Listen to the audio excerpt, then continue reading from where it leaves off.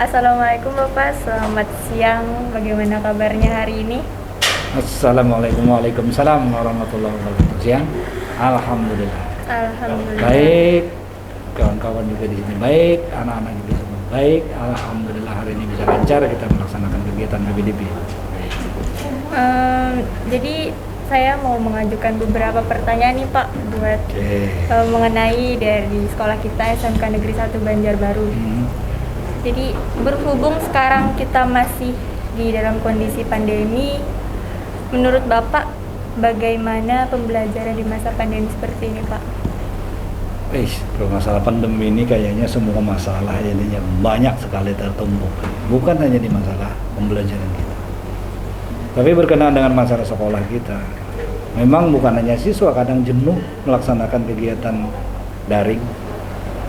Guru-guru juga kadang gimana ya, kalau yang pelaksanaan daring ini guru-guru juga tidak bisa maksimal memberikan materi pembelajaran. Yang paling tertinggal itu masalah pendidikan karakter, itu jelas sangat susah. Ini kan hanya secara normatif aja pembelajaran kita. Oleh karena itu, mumpung di sini pas kita lagi ada kegiatan ini, saya juga ingin menghimbau pada anak-anak sekalian, pendidikan karakter ini sebenarnya bukan hanya kita belajar di sekolah, tetapi juga harus dari orang tua dan di rumah. Dan Bapak yakin bahwa kalian sanggup mempelajari itu sendiri. Intinya kalau pembelajaran karakter itu adalah bagaimana cara kalian bisa memilah pemikiran bahwa mana yang baik, mana yang tidak. Bapak rasa kalian mulai dari kecil juga sudah tahu mana yang boleh, mana yang tidak kan. Nah oleh karena itu, kalau pendidikan karakter ini bisa kalian pelajari di rumah tanpa bimbingan dari guru, berarti kalian itu termasuk generasi yang hebat karena bimbingan. Maka karena itu Bapak yakin kalian mampu untuk itu. Terkadang hanya tidak terpikirkan. Kemudian mengenai pembelajaran, kita tidak bisa maksimal dalam pembelajaran masalah dalam pandemi ini. Kalian pasti juga masalah pembelajaran juga nggak akan bisa maksimal. Sekalipun dikasih tugas, video conference atau apapun, itu pasti tidak akan maksimal hasilnya. Kalian sendiri merasakan sudah 1 tahun lebih sudah kalian bergelut dalam hal-hal yang seperti ini. Tidak banyak yang kalian dapatkan kalau tidak kalian sendiri yang aktif, yang proaktif mencari, belajar sampai kadang ke sekolah juga. Nah, berkenaan dengan masalah hal itu, maka Bapak tahun ini rencananya kan untuk tahun pelajaran yang awal ini, Bapak berusaha supaya di awal tahun pelajaran nanti kita bisa paling tidak khusus untuk produktif dan mata pelajaran sejarah serta seni budaya itu akan kita laksanakan secara offline, tetapi masih dalam skala 50% bergilir nanti. Ini sedang disusun untuk jadwal pembelajaran itu dari bidang kurikulum. Nah kenapa mata pelajaran yang lain ada 2, sejarah dan seni budaya? Kenapa juga jadi kita laksanakan secara luring? Karena seni budaya itu hanya dipelajari, seni budaya dan sejarah ini hanya dipelajari di kelas 10. Kalau mereka tidak dilaksanakan daring, ya mudah-mudahan jangan. Tetapi kalau ternyata keadaan ini terus berlanjut, berarti kan guru sejarah sama guru seni budaya nggak pernah ketemu dengan siswanya. Karena dia hanya belajar di kelas 10. Begitu naik di kelas 11 nggak ada lagi pembelajaran itu. Nah karena itu Bapak berinisiatif, selain produktif, 2 mata pelajaran itu juga akan ikut dalam kegiatan luring. Nah kalian nanti mungkin mudah-mudahan bisa menggunakan waktu itu walaupun waktunya nanti terbatas. Tapi kalian harus siap, protokol kesehatan itu masih tetap ketat kita laksanakan. Itu kira-kira. Berarti rencana untuk pembelajaran tatap muka itu ada ya Pak ya? Ada, insya Allah. Mudah-mudahan doakan aja kita bisa melaksanakan itu nanti di awal tahun pelajaran ini. Lalu Pak, bagaimana kebijakan sekolah mengenai untuk anak-anak kelas 12-nya yang akan melakukan pelaksanaan prakerin di masa pandemi ini? Ini untuk pelaksanaan prakerin di masa pandemi ini, alhamdulillah siswa kita semua yang prakerin Dudi masih bersedia menerima, walaupun syaratnya juga sangat ketat. Khususnya untuk kalau dari DKP sendiri kan kayaknya tidak ada masalah ya. Artinya semuanya masih bisa ditampung oleh Dudi untuk pelaksanaan prakerin atau PKL sekarang istilahnya. Tetapi untuk jurusan perhotelan, tata boga, dan sebagian dari jurusan perkantoran itu harus memiliki hasil swab antigen negatif. Jadi kemarin untuk 3 jurusan itu, 2 jurusan yang semuanya perhotelan dan boga, kemudian sebagian dari perkantoran, itu harus kita kemarin melaksanakan swab antigen karena itu yang dipersyaratkan oleh Dudi. Istilah sekarang nih Dudika, dunia usaha, dunia industri, dan dunia kerja, jadi Dudika. Itu yang disyaratkan oleh mereka bahwa yang bisa magang ke sana kecuali mereka sudah swab antigen dan hasilnya negatif. Kemudian tadi ada salah satu tempat magang yang meminta adanya asuransi dari asuransi tenaga kerja, jadi BPJS tenaga kerja, beda dengan BPJS yang umum yang kesehatan. Tadi juga kita mengundang orang tuanya untuk koordinasi itu seperti apa. Dan alhamdulillah itu tadi semuanya dianukan. Untuk masalah swab antigen kemarin itu kita sharing 50-50 orang tua dengan sekolah untuk pembiayaan biaya swab antigennya. Dan alhamdulillah anak-anak kita kemarin Pak Samsul kira-kira hasilnya semuanya tidak ada yang mudah-mudahan jangan ada sampai pelaksanaan kita daring nanti. Pelaksanaan kita luring. Nah, pelaksanaan tatap muka nanti kita ini akan melaksanakan kegiatan tatap muka ini 2 bulan dulu yang 50% nanti sipnya. Nanti setelah 2 bulan kalau memang tidak ada permasalahan baru nanti 100% langsung. Artinya 100% ini dalam artian untuk yang mata pelajaran itu tadi dulu ya, yang produktif sama 2 mata pelajaran tadi. Setelah itu, setelah 2 bulan ini sudah 100% bisa dilaksanakan, ternyata kita alhamdulillah bisa melewati itu umpamanya, maka kita akan full semuanya masuk seperti sebelum pandemi. Doakan aja itu mudah-mudahan jangan sampai terjadi. Jadi kita bisa lagi kayak kemarin-kemarin, nggak kayak gini lagi. Kita kadang sama guru juga nggak tahu. 1 tahun loh kelas 10 nggak sama sekali ketemu dengan guru, hanya ngelihat di online aja. Nah ini mudah-mudahan nanti doa terus, dan kalian juga wajib menjaga protokol kesehatan. Karena 1 orang aja nanti ada yang tertular, maka kita batal lah semuanya. Jadi itu, dan kalian tolong bantu juga, apalagi di OSIS. Ingatkan selalu kawan-kawannya untuk menjaga protokol kesehatan. Nah ini yang perlu kita sama-sama jaga. Jangan banyak protes, jar sekolah mamanya ini dilarang, ini kumpul banyak-banyak, nggak usah protes, turuti aja. Karena tujuannya ke situ. Kalau sampai nanti kalau kawan-kawan ada yang seperti itu dan ada yang tertular, 1 aja yang tertular, sudah gagal semua yang kita rencanakan. Nah jadi kalian harus benar-benar memperhatikan itu. Apalagi orang OSIS punya kewajiban untuk selalu mengingatkan. Makanya dari sekarang kita OSIS juga kita libatkan supaya nanti pada saat kita pelaksanaan PBM nanti yang untuk luring, kalian sudah terbiasa tahu apa yang harus dilakukan. Itu nanti yang harus kalian juga sampaikan kepada kawan-kawan kalian. Nah, kita harus ke ini loh, kata. Sadarkan mereka menjaga protokol kesehatan dengan benar, karena sangkut pautnya masalah keberlanjutan pelaksanaan kegiatan BBM luring. Nah itu Baik. Beralih dari pertanyaan sebelumnya yang mengenai pandemi, Pak. Menurut Bapak nih, bagaimana perkembangan fasilitas-fasilitas dan prestasi-prestasi di setiap jurusan di sekolah kita? Wah, memang relatif ya kalau hal-hal seperti itu. Kita tidak bisa membandingkan tahun ini dengan tahun sebelumnya atau sebelumnya lagi. Karena pada dasarnya adalah kompetensinya pasti berbeda. Peralatannya juga pasti berbeda. Kompetensi guru juga pasti berbeda. Nah, oleh karena itu, pada dasarnya yang paling kita harus tahu itu adalah bahwa pelayanan kita kepada siswa itu selalu meningkat. Prestasi-prestasi juga kita terakhir kemarin kan ada siswa kita yang sudah juara 3 nasional untuk tata boga, untuk LKS. Baru-baru ini tadi ada sudah juara 1 tingkat provinsi untuk FLS 2N di bidang lukis. Siapa itu namanya yang Haikal ya? Siapa Halim? Nah, ini kebetulan itu juara 1 dan itu nanti akan mewakili provinsi ke tingkat nasional. Tetapi tingkat nasional belum bisa ditentukan lagi di mana nanti tempatnya.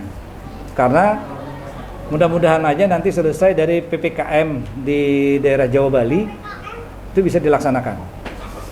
Karena itu nanti itu akan mewakili provinsi nasional. Jadi sebagai SMK ini nasional pelaksanaan. Mudah-mudahan nanti juga kalau pada saat LKS itu nanti juga ada seni lukis. Nah ini kalau seni lukis di LKS itu kompetitornya adalah orang-orang yang basisnya dari seni rupa, dari SMSR, dari SMKI, dari semik-semik yang lain itu, karena ada yang buka jurusan seni lukis. Nah itu harus lebih belajar giat lagi untuk masalah lukis itu. Jadi di dalam tahun ini kita ada dapat dua lah, artinya paling tidak yang mudah-mudahan nanti juga yang seni lukis ini di FLS 2N bisa mengharumkan nama SMK 1 Banjarbaru di tingkat nasional. Di LKS kemarin Data Boga sudah ada yang dapat juara 3 dari nasional. Tahun-tahun sebelumnya memang banyak, dari tekstil, dari keramik, dari logam, itu ada terus yang tidak. Jurusan kriya kayu itu di angkatan keempat atau ketiga kemarin, angkatan ketiga kalau nggak salah, itu ada juara nasional. Juara 1 nasional untuk LKS kriya kayu. Sekarang dia itu bekerja di SMK 2 sebagai tenaga administrasi sekolah TAS. Namanya Fadli.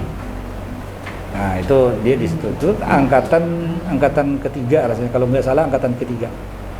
Angkatan ketiga itu kalau tamatnya tahun 99.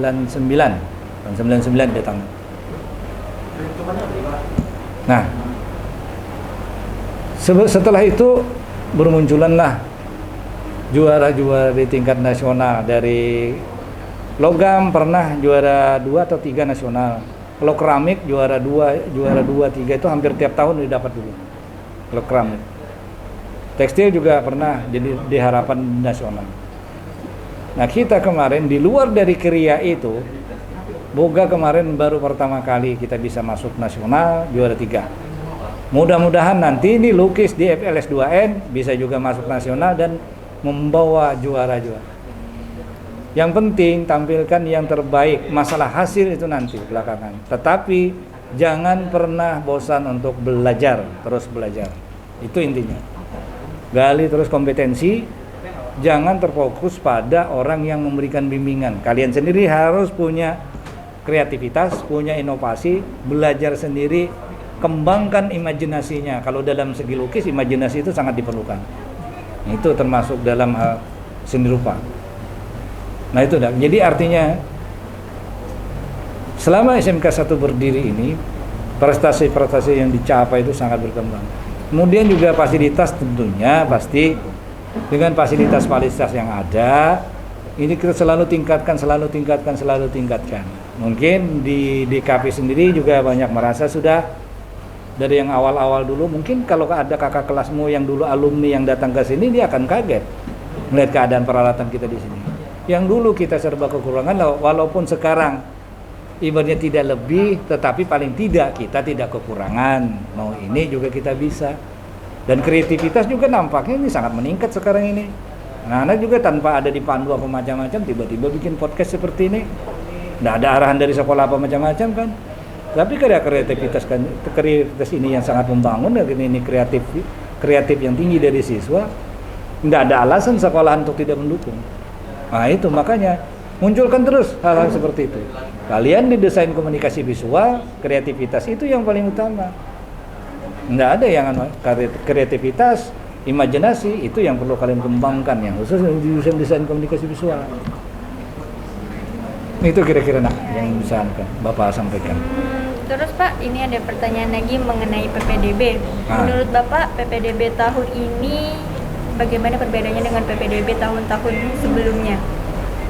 PPDB sampai di 3 tahun terakhir ini kita setelah online mengikuti provinsi, ini nggak ada bedanya sih. Permasalahan memang selalu ada muncul. Tetapi tahun ini agak lebih lebih tenang bagi panitia di sekolah tahun ini daripada tahun kemarin, karena udah mulai ada perbaikan. Tetapi bukan berarti tidak ada kendala. Kendala itu setiap apapun pasti ada. Bagaimana cara kita mengatasinya, itu adalah strategi kita seperti apa. Oleh karena itu, kita harus tetap bersyukur bahwa dengan keadaan seperti ini, dengan keadaan pandemi seperti ini, kita bisa juga melaksanakan PPDB dengan lancar, dan siswa kita juga bisa terpenuhi kuota-kuota kita. Tetapi satu hal yang paling kita yang tidak, padahal ini yang sangat pokok. Satu hal yang kita tidak bisa lakukan dengan adanya online seperti ini, artinya online yang full online, orang bisa mendaftar di rumah. Kita tidak bisa menjaring dalam hal peminatan. Padahal kalau di SMK itu sangat diperlukan untuk peminatan. Kalau kayak dulu-dulu yang di awal pertama di 2 tahun yang telah lalu, calon siswa datang ke sekolah, mendaftarnya di sekolah secara online. Tetapi sebelum mendaftar, tujuan jurusan apa yang dia pilih, dia harus konsultasi dulu di situ, kemudian verifikasi, dan di situ dilaksanakan wawancara, juga ada praktek. Kalau di KP ini dulu, calon siswa harus dites menggambar dulu dia.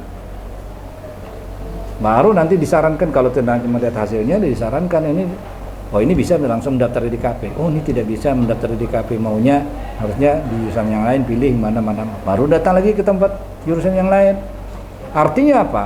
Peminatan dari awal kita lihat supaya jangan sampai ada siswa yang nanti gagal karena dia salah pilih jurusan.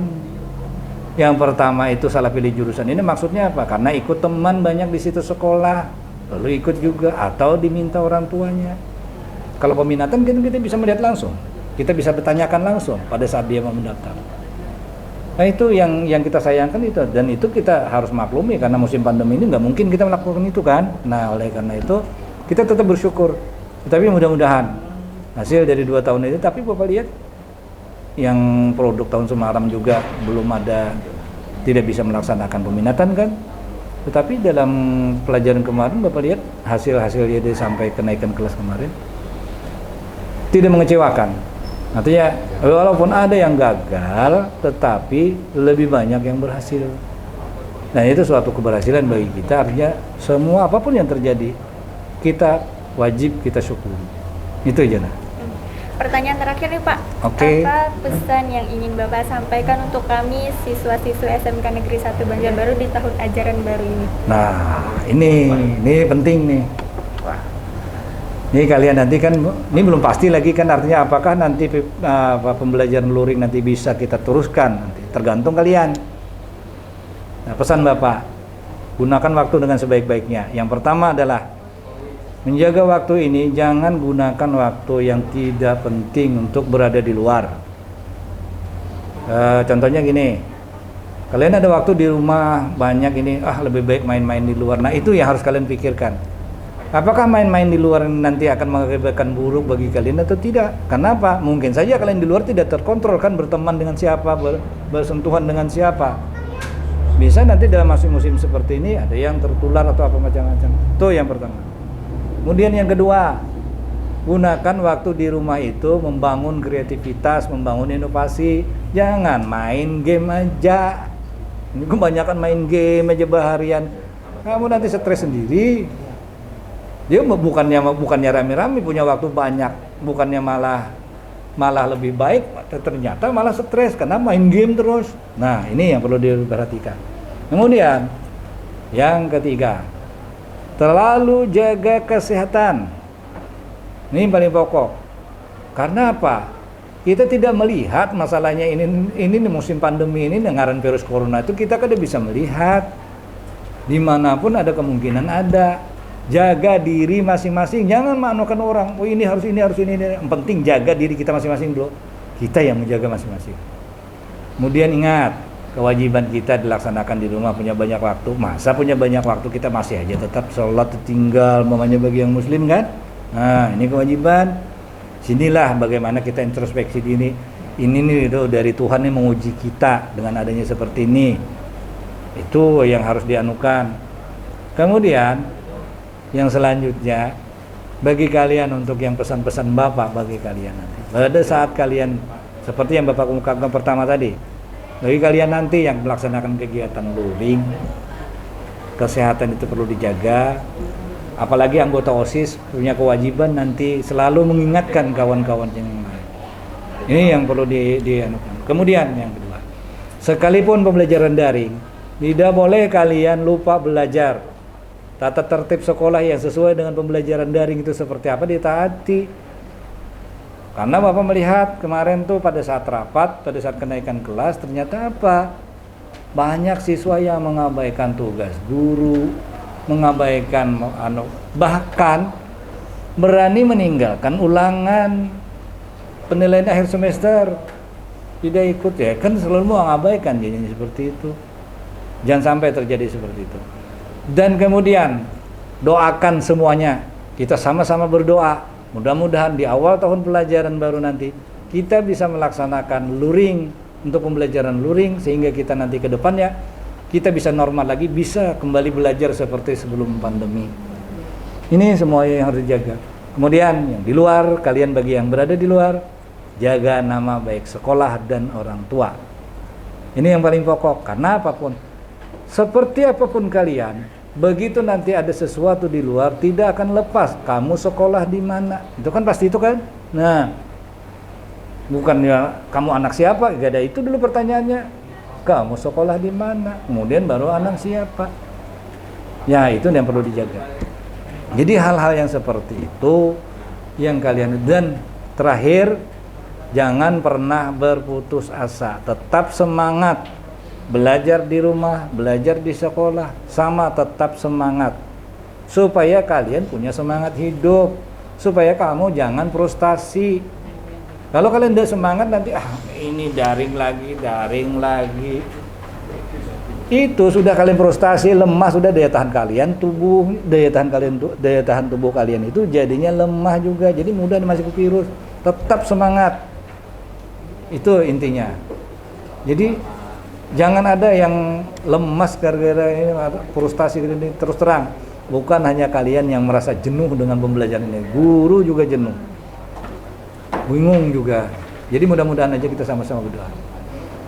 Kemudian yang paling pokok, suruh menjaga tadi nama baik sekolah, nama baik orang tua, berkenaan dengan bukan hanya hal yang lain, narkoba juga, karena musimnya sekarang. Karena sekarang ini kan musim-musim narkoba, dan kalian-kalian ini adalah objek vital orang-orang pengedar tuh di usia-usia kalian ini. Karena jiwa-jiwa usia kalian ini adalah mencoba-coba. Nah, itu nggak bisa dihindari. Kalian masih mencari jati diri, otomatis mencoba-coba. Itu yang dimanfaatkan orang biasanya pengedar. Pertama dulu coba dulu gratis. Nanti kalian pasti ketagihan, mulai ketagihan, nanti bayar, nggak bisa lagi gratis. Hindari dari awal, jangan sampai itu terjadi dari kalian. Mudah-mudahan sekolah kita terhindar dari hal-hal seperti itu. Itu nak. Makasih Bapak waktunya. Terima sudah menjawab pertanyaan dari kami. Semoga semuanya bermanfaat dan tetap sehat selalu. Sukses selalu untuk DKP, untuk OSIS SMK 1 Banjarbaru. Terima kasih Bapak. Oke.